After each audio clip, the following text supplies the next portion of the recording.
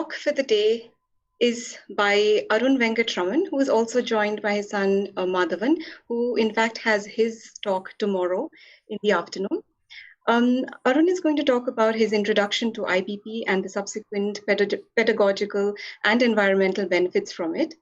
Arun is the founder of Marudam Farm School in Tamil Nadu, which was born out of a need to provide a space for learning by doing academics, nature, and unstructured time. He's also involved in the sea turtle conservation with SSTCN for the past 23 years and with afforestation in Thiruvannamalai for the past 12 years, and is a regular contributor to citizen science platforms like IBP and eBird. Welcome, Arun and Madhavan. We'll now stream their video. Thank you.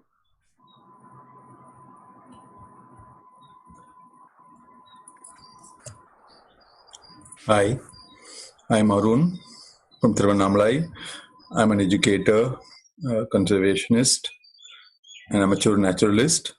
I'm hoping to share my journey of the last 24 years with nature engagement and all the possibilities that it has brought about. So my journey begins in 1992.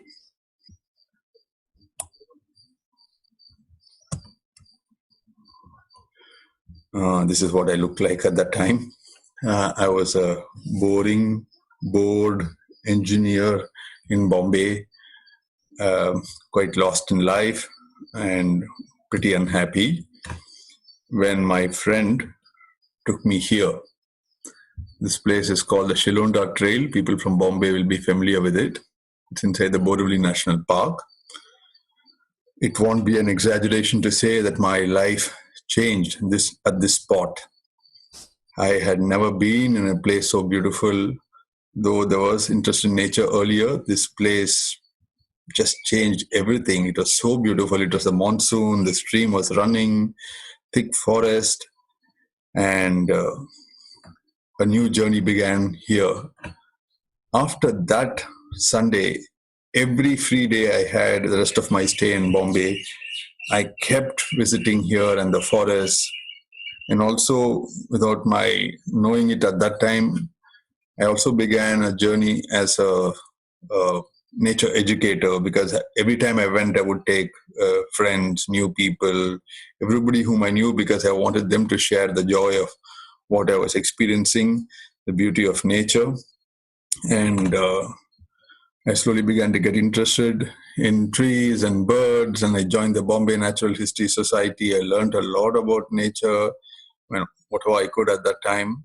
And very soon, there was a direct contradiction between my life and what I was doing for a living and my interest. So I quit engineering. I moved to Chennai. I joined the Krishnamurti School, an alternative school. And there was a 12-year journey there as an environment educator, geography, many things, gardening, but also joined the Student Sea Turtle Conservation Network,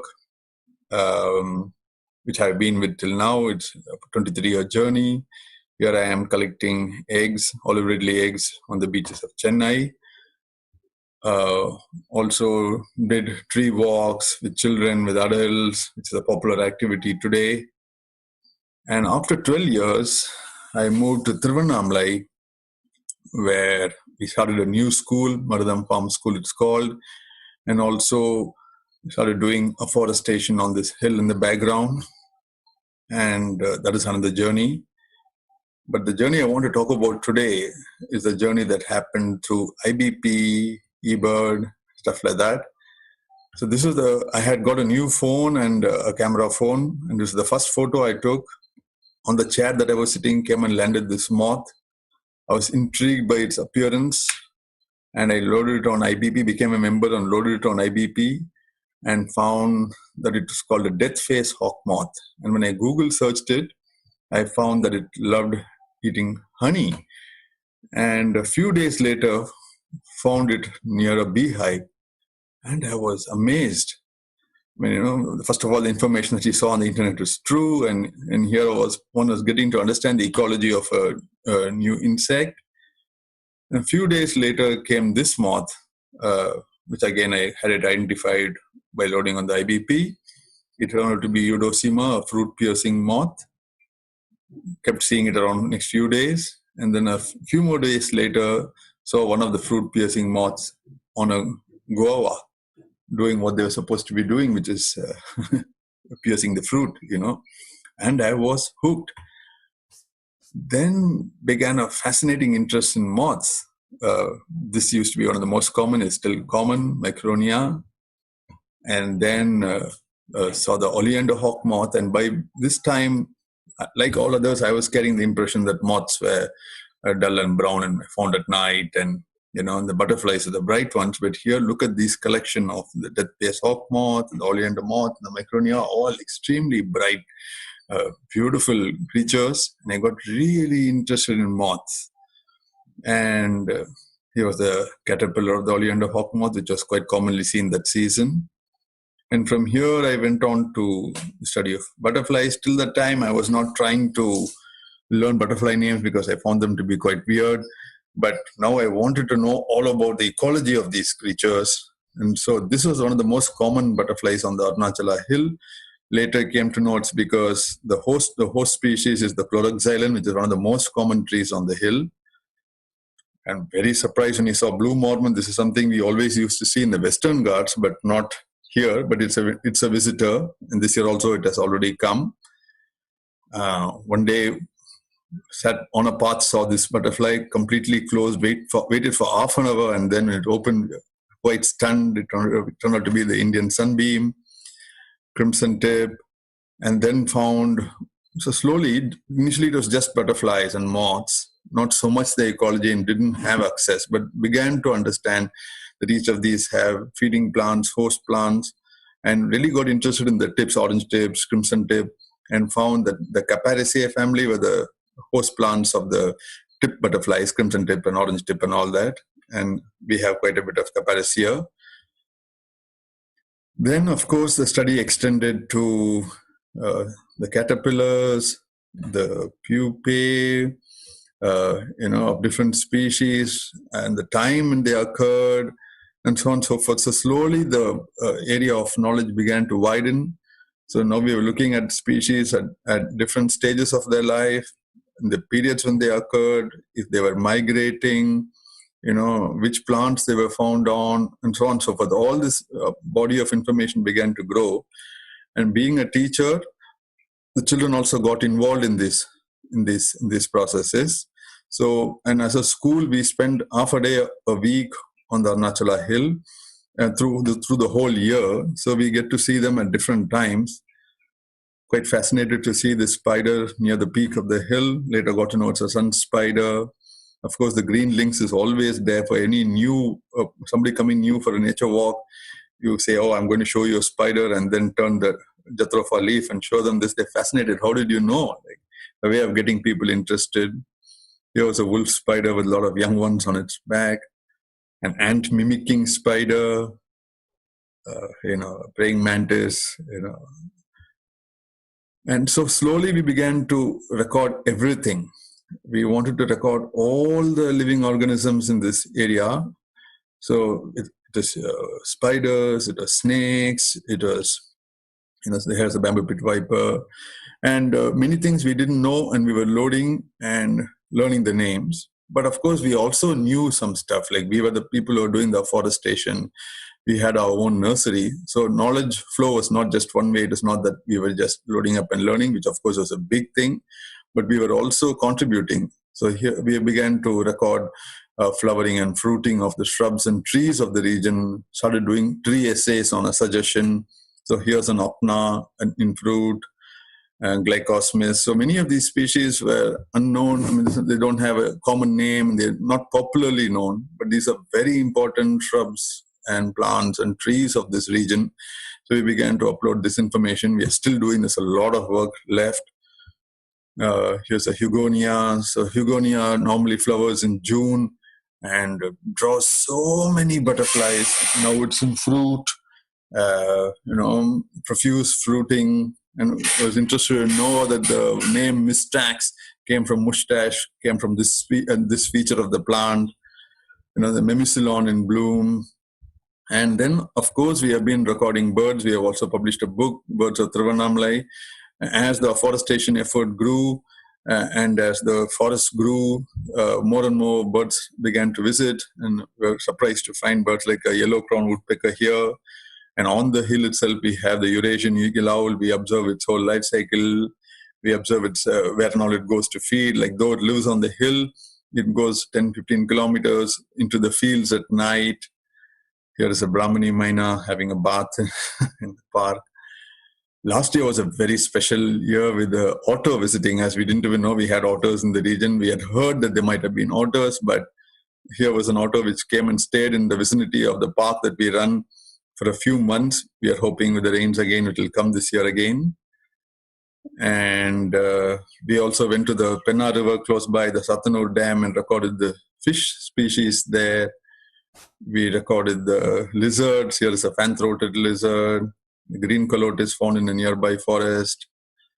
And we would go, as a school, we would go on trips with students, with teachers in the summer, to various places of natural beauty and record species there also. We encourage children to make drawings. So here they're all drawing mosses and various plants in the Gurukula Botanical Sanctuary in Wayanad. More observation on the river. And we have recorded a lot of biodiversity in each of the places that we go to. All of it has been loaded up on IBP. So I think over the last 6-7 years, I must have loaded more than 1,500 recordings in various places.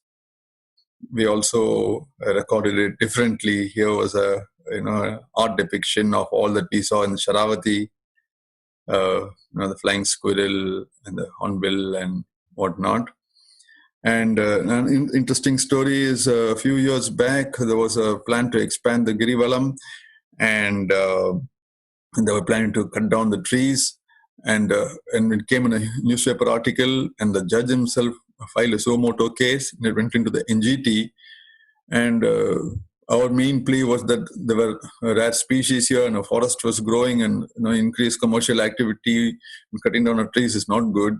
And the only evidence we had for biodiversity was the IBP report based on all the observations that we had submitted. And so we submitted this in court, which got accepted, and the case was won. All the species that were found recorded, all the birds, all the trees, everything was put up. And there were quite a few rare species. And the case was won. The NGT gave an order saying not a single tree should be cut. And while uploading the observations, I had no intent. I didn't know that there was going to be any direct benefit from it in this manner. It was done purely out of interest and for science. But we also got a benefit like this. Here's an order showing, the NGT order showing that not a single tree to be cut. And so we managed to save a lot of trees. This is me today. I think I've run out of time. I hope I've communicated something. But little did I know that with my getting into nature observation, there would be such a journey, not just for me, but being a teacher, for students, for teachers, and creating a body of knowledge. And for me, the India Biodiversity Portal and the eBird and Nature Watch, places like that have helped record our observations, hone our skills more, and learn more. It's been a very valuable journey. Thank you.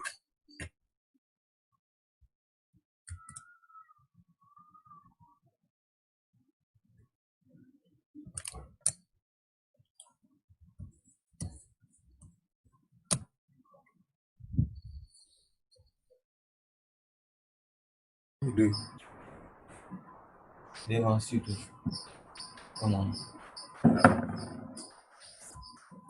No, that's them. You gotta wait until they come on. Thank you, Arun. Really fascinating journey. A lot of wonderful observations, and I'm sure you created the same excitement among your students, just as you were excited when you started off from being an engineer. So students and colleagues. Students and colleagues, yes, that's right. So we have questions, and I see that Madhavan has been also answering to quite a few. No, that's me answering through his ID. Okay, you are answering through his ID already. So you've done quite a bit of the work already. And a lot of applause and a lot of compliments for the interesting journey and a great way of storytelling. So there are lots of these comments, and which you have already seen. We have a question here which Paul is asking whether great to know that your documentation in IBP has helped in the protection of that area. It's just a comment. And we have Badura also mentioning that fantastic outcomes of a simple set of continuous observations. Consistency in data records definitely helps. These examples are valuable to show the power of citizen science in constructive action on the ground apart from research. So these are all comments that they have said, and you've answered some of the questions already online. So that's it's interesting that the body of knowledge is so vast, just to record, we have been tree planting now for 17 years. And, all the trees are maturing, like when they bloom, when they fruit, what are the species that come on each of this, what are the different fauna which come on the different flora at different times of the year. They're recording all the migration. There is so much, so much data, which is quite interesting and intriguing. Also, given the climate change that's happening and the variation in patterns of even trees blooming and stuff like that, there is so much data to be gathered. Today morning, I woke up with the pitta just having arrived on our campus, the first winter visitor. So, there's so much information just around us all the time. And to keep recording and sharing it is of interest, because it also, I think, draws other people to share and grow a body of knowledge, Yes, excellent. So we have Suhail is asking, super to hear about your experiences and journey. Could you say a little more about the educational opportunities provided by citizen science, the kind of work you have done? Right. No, first of all, for me, hearing some of the talks from earlier in the day, I want to record that all this work that we are doing a lot with the first generation learners. Okay, we are doing it a lot with the village children in the area, and they are naturally very observant. They have a very keen eye.